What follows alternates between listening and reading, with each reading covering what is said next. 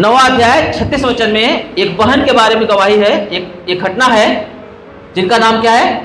Tabitha. ठीक है, क्या लिखा है? याफा में तबीता अर्थात दोरकास नाम एक विश्वासिनी रहती थी।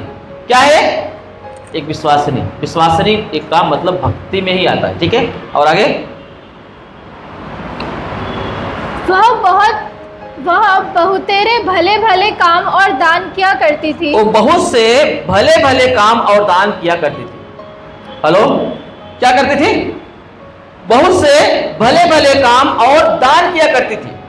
और फिर क्या हुआ आगे? फटाफट पढ़ो। उन्हीं दिनों में वह बीमार होकर मर गई। उन्हीं दिनों में वह बीमार होकर मर गई और उन्होंने उसे नहलाकर अटारी पर रख दिया। हाँ, और इसीलिए कि लुद्दा याफा के निकट था। चेलों ने यह सुनकर कि पतरस वहाँ है, 2 मनुष्य भेजकर उसने विनती की कि हमारे पास आने में देर न करे। हाँ, तब पतरस उठकर उनके साथ हो लिया और जब पहुँच गया तो वे उसे उस अटारी पर ले गए। हाँ। और सब विधवाएं रोती हुई उसके पास आ खड़ी हुई। हाँ। और जो कुर्ते और कपड़े दोरकास ने उनके साथ रहते हुए बनाए थे दिखाने लगी। है ना? दोरकास जो है वो भक्तिन थी, मतलब विश्वासनी थी, और बड़े बहुत से अच्छे अच्छे काम करती थी और दान किया करती थी। और उन दिनों में क्या हो गई? वो मर गई। और जब मरने के बाद उसे नहला के उसको अटारी पर रखे, तब उनको पता चला कि पतरस यहीं आसपास में है। तो पतरस को बुलाए और वो जो है उन कपड़ों को दिखाने लगे चर्च के विश्वासी लोग कि ये बहन बहुत अच्छी थी, जो हमको ये कपड़ा दिया, हमें वो दिया, हमें वो दिया, हमारे लिए वो किया। मतलब उसकी प्रशंसा की रही जा रही थी। हेलो, मेरी बात समझ आ रही है? ये बातें वो इतना दुखी हो गए थे उसके मरने से, क्योंकि वो बहुत अच्छा अच्छा काम करती थी। हेलो, बहुतों के लिए वो बहुत कुछ किया था, और उसकी भलाई को, उसके भक्ति को, उसकी दान को, उसकी सेवा को लोगों ने देखा था, और वो बहुत ही दुखी थे। हेलो, बहुत दुखी थे। किस बात के लिए? वो हमारे बीच में नहीं है। हेलो हेलो, समझ में रहा है? फिर आगे क्या हुआ? पढ़ो। तब पतरस ने सबको बाहर कर दिया और हाँ? घुटने टेककर प्रार्थना की और लोथ की ओर देखकर कहा, हे तबीता उठ। तब उसने अपनी आंखें खोल दी और पतरस को देखकर उठ बैठी।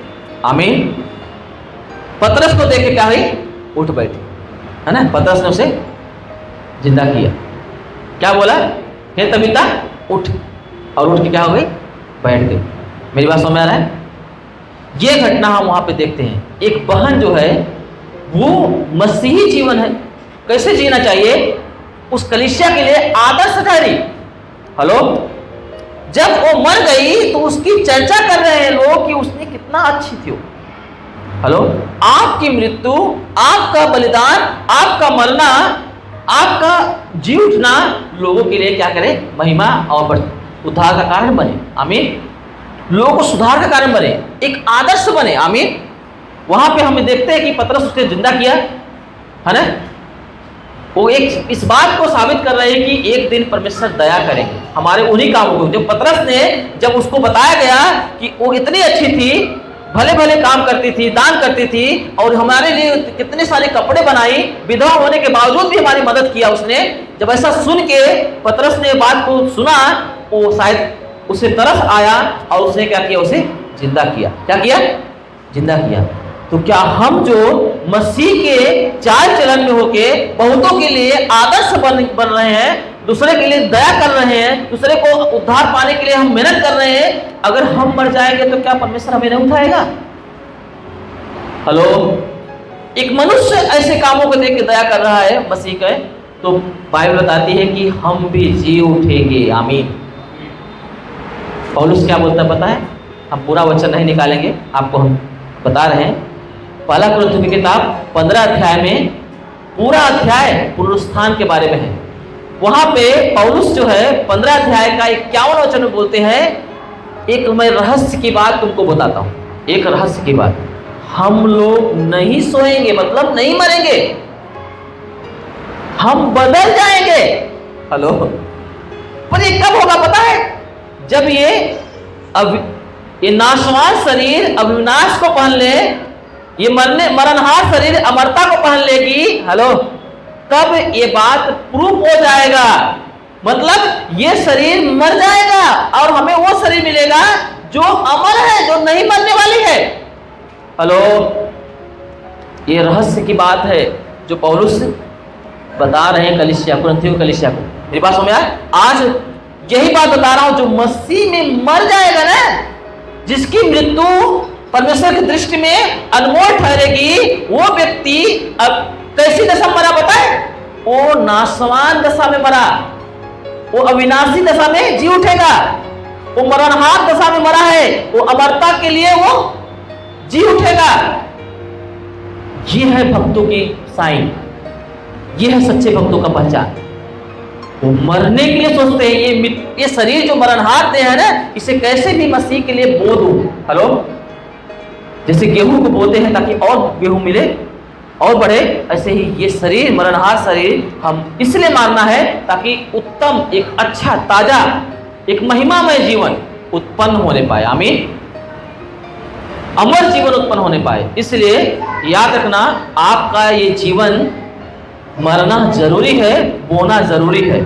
मसीही चाल चलन में, मसीही स्वभाव में, मसीही जीवन में, पवित्रता में आपको बोना जरूरी है।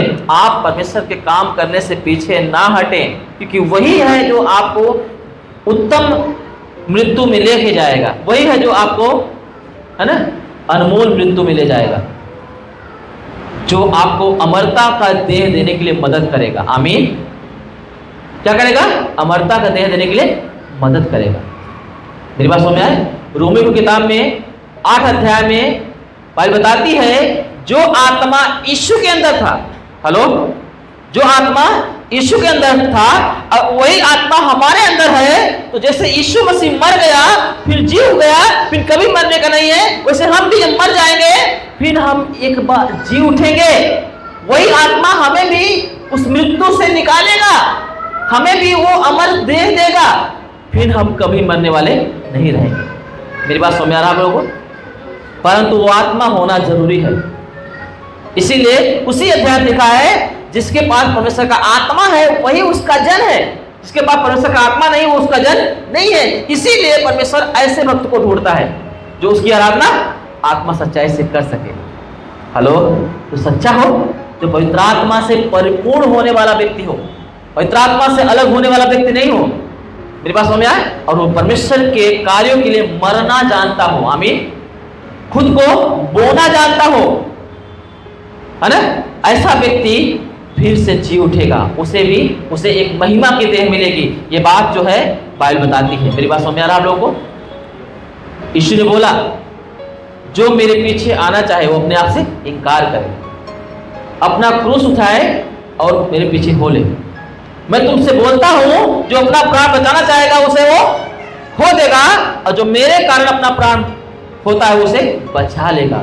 अगर मैं तुम्हारा प्राण बचाता भी हूं तो तुम अपने प्राण के बदले में क्या दोगे? तुम्हारे पास हैसियत है प्राण की कीमत अदा करने की? नहीं है। तो मरना सीखो ताकि मिल जाए। आमीन। उस प्राण के बदले में कुछ नहीं दे सकते, तो मसीह की इच्छा के अनुसार मरना सीखो, आपको मिल जाएगा जो आप खरीद नहीं सकते। मेरी बात समझ में आ रहा है आप लोगों को? एक वचन निकालेंगे, उसके बाद हम बंद करेंगे। 4 का 16-17 पहला थिस्सलुनीको, फर्स्ट थिस्सलुनीको, ठीक है? हाँ, क्या लिखा है देखो, ध्यान सुनो। क्योंकि प्रभु आप ही स्वर्ग से उतरेगा, क्योंकि प्रभु आप ही स्वर्ग से उतरेगा, उस समय ललकार और प्रधान दूत और शब्द सुनाई देगा। हाँ, और परमेश्वर की तुरही फूकी जाएगी, परमेश्वर की तुरही फूकी जाएगी, और जो मसीह में मरे हैं वे पहले जी उठेंगे। जो मसीह में मरे हैं वो सबसे प्रथम जिएंगे। आमीन। इसी मृत्यु की बात मैं कर रहा हूं, इसलिए मैं बोला आज मैं मरने के बारे में सिखाऊंगा, है ना। हम लोग बहुत बार मसीह यीशु की मृत्यु के बारे में सीखते हैं, यीशु मरा, यीशु मरा, यीशु मरा। हम कब मरेंगे कि हम भी जीवन पाए? हालेलुया। हम कब से यही सीख रहे हैं, यीशु मरा, यीशु मरा, यीशु मरा। यस, उसने मरा ताकि हम जिए, पर हम कब मरेंगे? जिसकी वजह से और को जीवन मिले। आमीन। और हम भी जिए। तो हम हमारी बात कर रहे हैं, सच्चे भक्त की बात कर रहे हैं।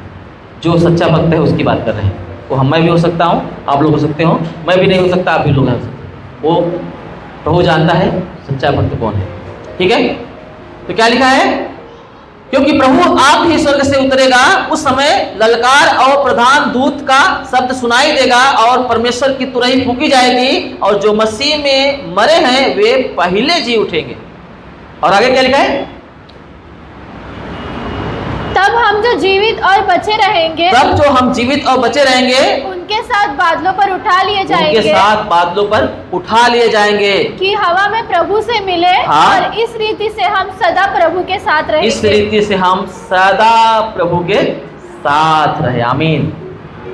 सदा हम प्रभु के साथ रहे। अगर आपको रहना है तो मरना सीखना है।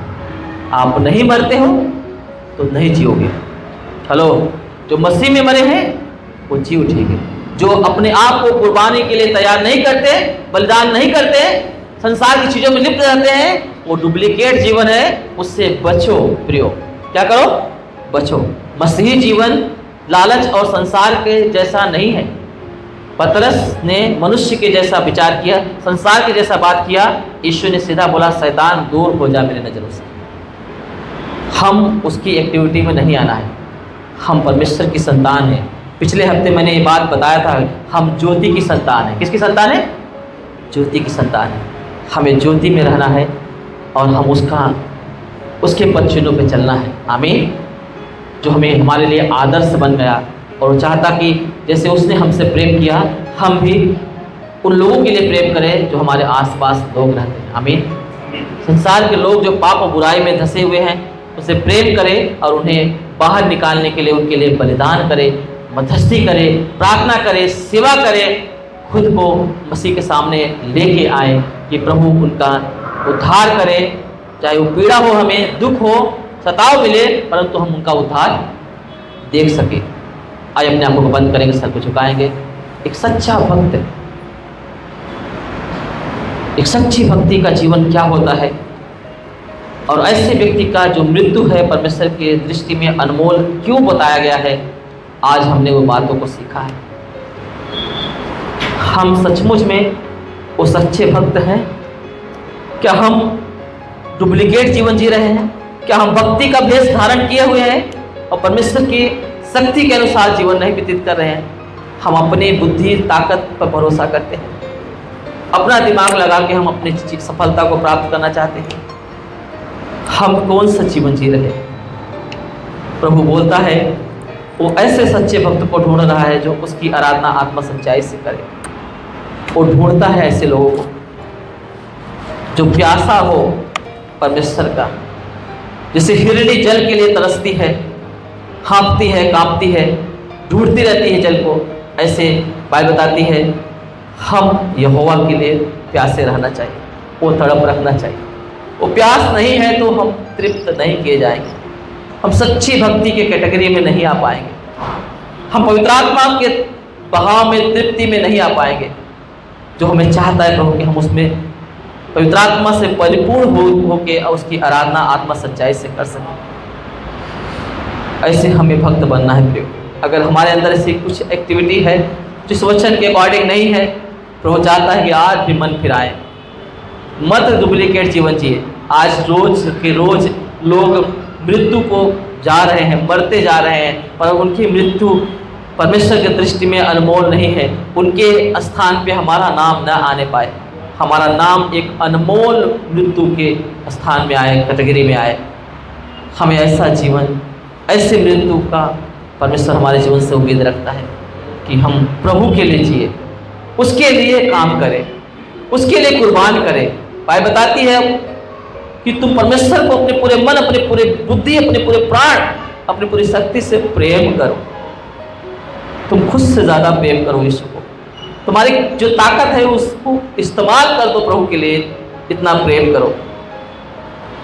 तुम अपने बुद्धि का इस्तेमाल करो कि प्रभु को और कैसे हम प्रेम कर पाए, कैसे लोगों का उद्धार करा पाए, उसके कामों को पूरा करें। तुम अपनी ताकत को, चाहे वो शरीर की ताकत हो, चाहे वो पैसे की ताकत हो, चाहे वो बुद्धि की ताकत हो, प्रभु के लिए इस्तेमाल करें कि प्रभु का राज्य कैसे बढ़े, उसके कलिसिया में, उसकी देह में कोई कमी न रहे, कोई कलिसिया में कोई कमी घटी न रहे, उसके लिए चिंता करे, उपाय करे, कुर्बान करे खुद को। तो प्रभु चाहता है हमारा बलिदान कहाँ है? हम जो बलिदान संसार के लिए कर रहे हैं, शायद हम अपने रिलेटिव के लिए कर रहे हैं, शायद हमारे अपने के लिए कर रहे हैं, और उनके नज़र में हम अच्छे हैं, हम अच्छा काम कर रहे हैं, परंतु आप प्रभु के लिए नहीं कर रहे हैं, तो आप अनमोल नहीं हो। परमेश्वर की दृष्टि में आप अनमोल नहीं हो। प्रभु चाहता है हमारा जीवन, जैसे प्रभु हमें अपने लहू के द्वारा खरीद के अपनी संतान बनाया है, वैसे हम उच्चाल चले और हमारी मृत्यु दूसरे के लिए उद्धार का कारण बने, आदर्श बने। हमारा जीवन जीना, हमारा हर एक काम, एक्टिविटी, हर एक चीज़ें, भले हमें तकलीफ हो, हमें चीज़ों को कुर्बान करना पड़े, छोड़ना पड़े, परंतु लोगों का उद्धार होने पाए, ऐसा जीवन हमारे अंदर उत्पन्न होने के लिए प्रभु चाहता है। ऐसा जीवन होने के लिए प्रभु से मांगो, प्रार्थना करो। वो यहाँ पे है, वो चाहता कि वो जीवन आपके अंदर उत्पन्न हो, ताकि आप महिमा में जीवन पाए और प्रभु के साथ अनंत से अनंत तक आप रह सके, अनंत से अनंत तक रह सके, उस अनंत की मृत्यु से बच के अनंत जीवन में प्रवेश कर पाए। बाइबल बताती है कि जब ऐसा हो जाएगा तो ये बात प्रूफ हो जाएगी कि मृत्यु तेरा जय नहीं रहा, अब तू हार गया है, मृत्यु तू हार गया है, क्योंकि हमें जो जीवन मिलेगा वो मरने वाला जीवन नहीं रहेगा, वो अनंत जीवन रहेगा। मृत्यु का डंक टूट जाएगा, वो खत्म हो जाएगा पूरी तरीके से। पवित्र आत्मा पिता यीशु के नाम में पापा, इन सारे बच्चों को प्रभु तेरे हाथों में देता पिता, इन पर अनुग्रह की दृष्टि उड़े लॉर्ड, इन पर तरस खा पिता कि ये तेरे आत्मा से भर जाए पापा, इनकी बुद्धि खुल जाए पिता, कि प्रभु ये वो जीवन जो आपने उन्हें दिया है पिता, उसे कैसे जीना है और कैसे उसे इस्तेमाल करना है तेरे राज्य के लिए पिता, कैसे वो गेहूं का दाना बन के जमीन में पड़ना है, कुर्बान कैसे करना है चीज़ों को, उन्हें सीख मिले पिता, वो समझ सके पापा, ताकि इनका जो जीवन है जो आपने बचाया है, जब वो आपके पास जाने के लिए तैयारी कर रहे हैं पिता, जब वे छोड़ के जाते हैं दुनिया को प्रभु, तो एक अनमोल मृत्यु उन्हें मिले पिता, और बहुतों के लिए आदर्श बने पापा। ये ऐसा मेरी प्रार्थना है लॉर्ड, अनुग्रह दे पिता, तेरी देह है ये जो कलिसिया है पिता, ये उन्नति करने पाए पिता आज के वचन के द्वारा पापा, ये बढ़े पिता, आज का वचन इनके हृदय में 100 गुना फल लाए पापा। यही मेरी प्रार्थना है लॉर्ड, अनुग्रह दे पापा, यीशु के नाम में मांगते पिता, आमीन आमीन।